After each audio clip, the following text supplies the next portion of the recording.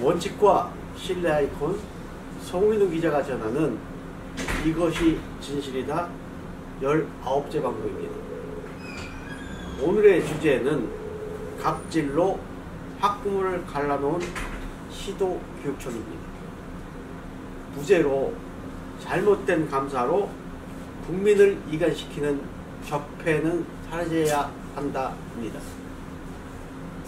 기자는 지난 11월 19일자 사립유치원에 독박시온 희도교육청이란 제아의 기사와 방송에서 누리과정 유학비 1명당 20만 등 사립유치원에 지급한 돈은 국민의 세금이지만 감사가 필요 없는 정부의 지원금이라는 주장을 했습니다. 즉 감사가 필요 없는 지원금임에도 시도교육청이 감사의 결과를 공개한 것입니다. 이는 단적으로 시도교육청의 갑질로 학부모를 갈라놓은 적폐입니다. 이런 잘못된 감사로 국민을 이간시키는 적폐는 사라져야 합니다. 지원금이란 용어는 어떤 단체나 개인을 지지하여 뒷받침하기 위해 지급하는 돈으로 되어 있습니다. 여기에서 지지하여 뒷받침하기 위해란 말이 중요합니다. 지지하여 뒷받침하기 위해 지급한 돈이기에 어디에 사용하든 지급한 쪽인 정부가 관여하거나 상관할 수 없습니다. 아마도 박용진 의원이 발표한 수상한 지출을 한 유치원 설립자나 원장을 형사 고발했다고 하는 후속 이야기가 없는 것으로 보아 박용진 의원도 이런 사실은 알고 있는 것 같습니다. 현재 우리에게 가장 당면대 민감한 부분이 일자리니까 일자리 관련하여 한 가지 예를 들어보겠습니다. 청년 고용 지원금이라는 제도가 있습니다. 청년을 정규직으로 신규 채용하는 중소, 중견기업의 지원금을 지원하는 제도입니다. 추가 채용 1명당 최대 연 900만 원을 3년간 청년을 신규 채용하는 기업에 지원합니다. 왜 이런 제도를 만들었을까요? 바로 일자리 때문입니다. 청년들 일자리를 만들어 고용을 촉진시키고자 청년을 신규 채용하는 회사에 지원금을 지급하는 제도입니다. 당연히 이 지원금도 국민들 세금입니다. 그런데 이 지원금이 제대로 쓰여졌는지 청년 고용 지원금을 지원해준 회사를 상대로 회계 감사했다는 소리는 아직 들어보지 못했습니다. 만약 회사를 상대로 청년 고용 지원금이 제대로 쓰여졌는지를 회계 감사해서 명품백 구입했다고 이번 사립유치원 사건처럼 난리를 친다면 청년 고용 지원금 받은 업체 사장 뭐라고 할까요?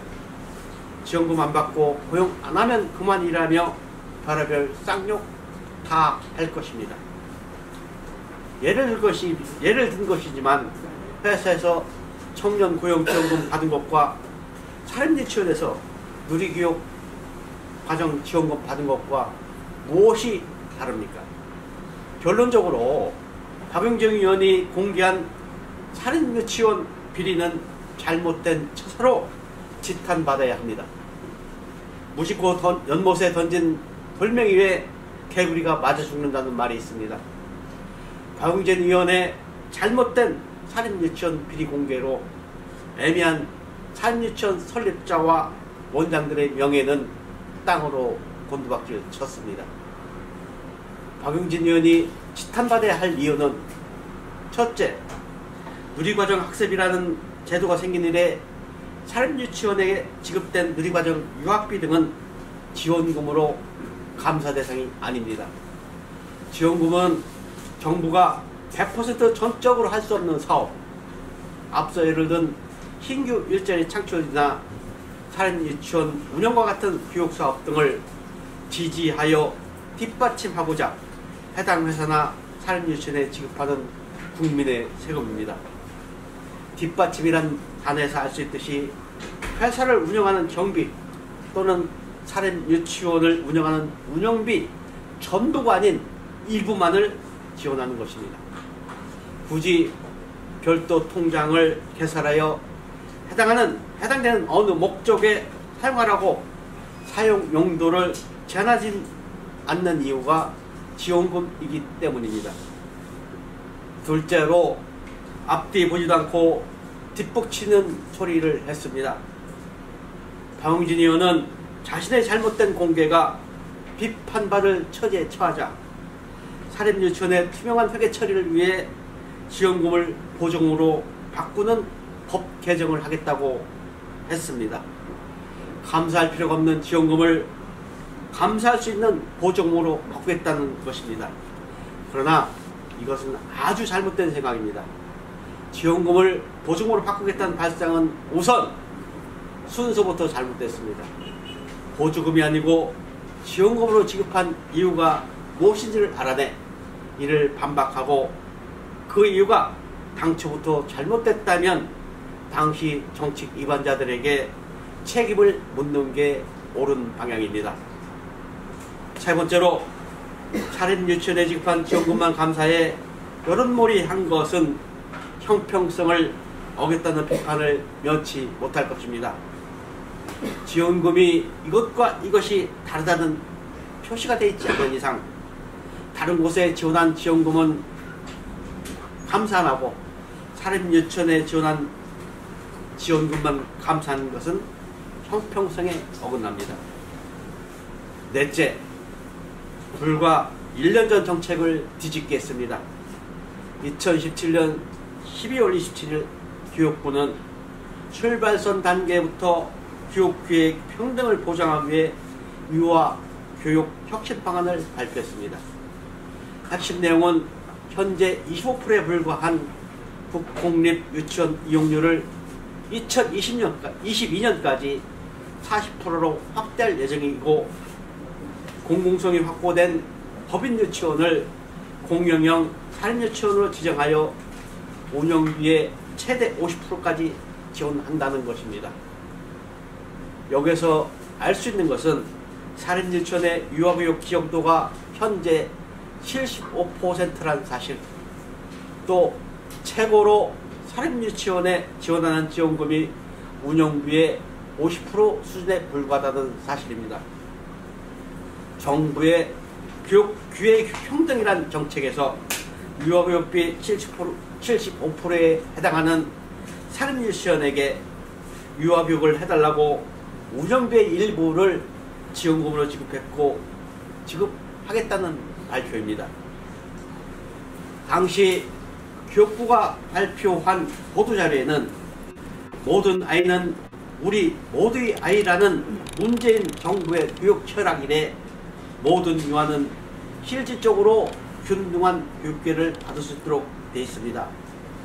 이날 배포된 공공성 강화를 위한 유아교육 혁신방안 4페이지 1에 모든 유아에 대한 안정적 지원체제 강화로 되어 있고 기관 유형에 관계없이 모든 유아가 안정적인 학비 지원을 받을 수 있도록 어린이집 누리과정 지원금 2조 587억 원을 전액 국고로 지원하겠다고 되어 있습니다.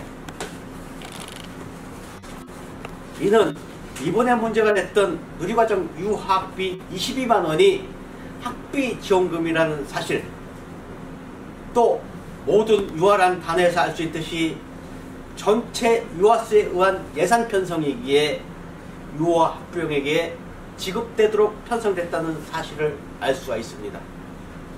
요약하면 다음과 같은 사실을 말해주고 있습니다.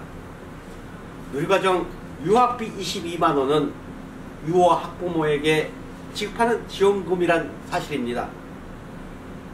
그런데 이를 어떤 이유든 유치원에 일괄 지급했습니다.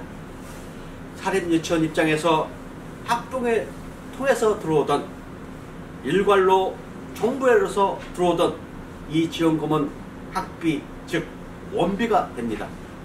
이 원비를 어디에 사용하든 이는 사립유치원 운영자들 몫입니다.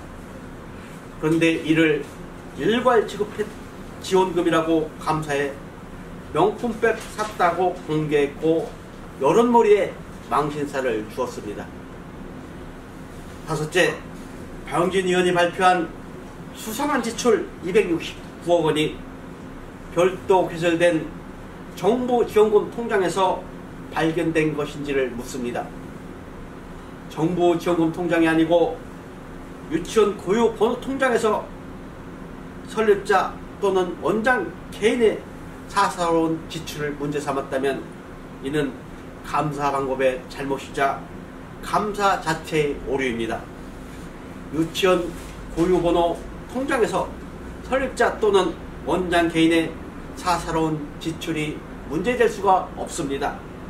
수상한 지출이 지원금인지 어떻게 특정했습니까? 현금에 번호가 매겨져 있지 않은 이상 수상한 지출이 지원금이란 사실은 삼척동자도 모릅니다. 결론적으로 정부가 생색내려고 만든 정책지원금, 그것도 학부형에게 지급해야 할 지원금을 사립유치원에게 일괄 지급했다고 시도교육청이 감사했습니다. 시도교육청의 권한남용인지 이것은 법률 전문가들에게 맡기겠습니다. 그리고는 100% 확실하지도 않은 불법적인 감사 결과를 제3자인 국회의원에게 제공했습니다. 이 또한 개인 신용 정보 등에 대한 침해가 아닌지 법률 전문가들 몫입니다. 또 법에 저촉되는지는 모르지만 100% 확실하지도 않은 불법적인 감사 결과를 제3자인 국회의원이 공개 발언함으로써 사립유치원 설립자 및 원장들의 명예를 짓밟아 인권을 침해했습니다. 이런 형평성에 어긋나는 불법적 행위를 지원금과 보조금의 법률적 의미조차 헷갈리는 초선 의원이자 교육위원회 첫 입문한 국회의원을 통해 여론몰이를 했습니다. 이게 근본 사립유치원 사태에 대한 본질입니다. 사립유치원 설립자와 원장도 세계인권선언문 제2조 처벌받지 않을 권리, 제7조 법의 평등, 법의 동등한 보호를 받을 권리가 있습니다. 국민 여러분, 공정한 사회구현과 정당한 민생경제 회복을 위한 이것이 진실이다 방송은 계속됩니다. 계속적인 지지를 부탁드립니다. 감사합니다.